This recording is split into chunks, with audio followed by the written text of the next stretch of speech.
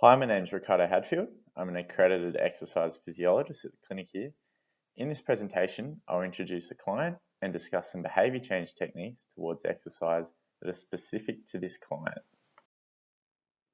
So the client we'll be working with is a 47-year-old male named Joseph E, who has a BMI of 32. And you can see in the top right here that this client presents with four main conditions, being hypertension, dyslipidemia, class 1 obesity, and type 2 diabetes, but also presents as being sedentary and has a family history of CVD. Besides that, we see that a major event has occurred for Joseph, this being a STEMI that was sustained 2 months ago and immediately underwent a PCI for this. As Joseph has now made contact with our clinic, we see in his first meeting with us that he actually appears quite fearful to exercise also, due to lacking almost any past experience with it, and also fears to do so now after his cardiac event. In general, Joseph presents with poor motivation and low self-efficacy, where he also admits he's had some bad past experiences with other health professionals, so this will be something we'll need to take into consideration.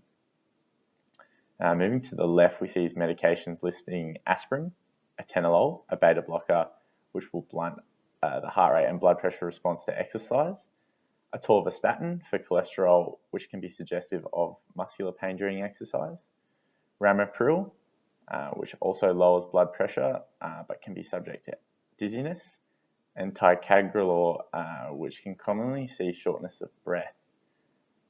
Now on the left, to further info, Joseph works part-time as a receptionist, which actually leads to further sedentary time for him. He lives with his partner and child and admits in his words that I can't even walk from the couch to the kitchen without being out of breath. All of this information mentioned will be considered in a prescription of Joseph's program. So from all this information, I've broken down into two major points of cardiovascular disease and sedentary behaviour. So essentially for the behaviour change techniques that are to be mentioned in the next few slides, the primary focus will be to improve cardiovascular disease through exercise rather than a specific comorbidity. And sedentary behaviour, as improving this, inevitably leads to more positive outcomes on Joseph's health conditions. Okay, now to some goals of the client. We can see the first being limiting daily sedentary behaviour, begin to exercise weekly in the intermediate, and for long term allow this to lead to better health outcomes of the condition.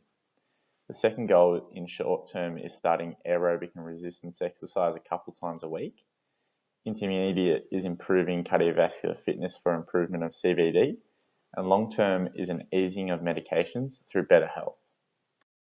So there are three main behaviour change techniques I'd like to implement with Joseph to promote greater physical activity levels.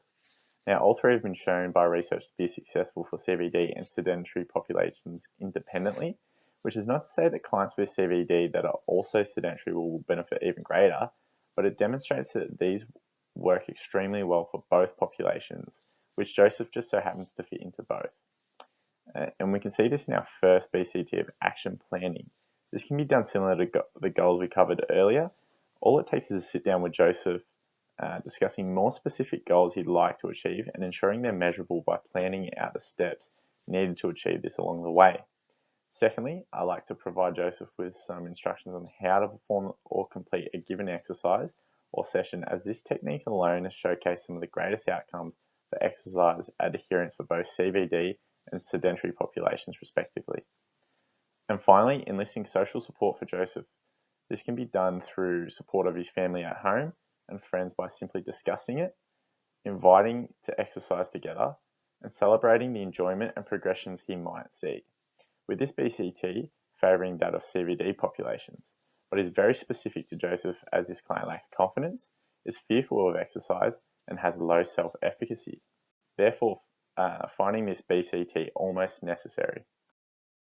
Now, in the case that one or more of the Plan A BCTs are to not be successful, I've implemented a Plan B that can be easily administered and is relatively cheap, which is to use the two behaviour change techniques of biofeedback and monitoring, with research showing that both sedentary and CVD populations respond well for greater exercise adherence. And in fact, it's actually sedentary populations that find biomarkers as their most influential BCT towards exercise, and CVD populations finding monitoring to have the greatest effect for long-term changes. Now for Joseph, this can be easily done with a smartphone that many possess nowadays, smartwatch, Fitbit, and even cheaper options such as a pedometer to wear on the hip. All this information can then be monitored by the client and by myself.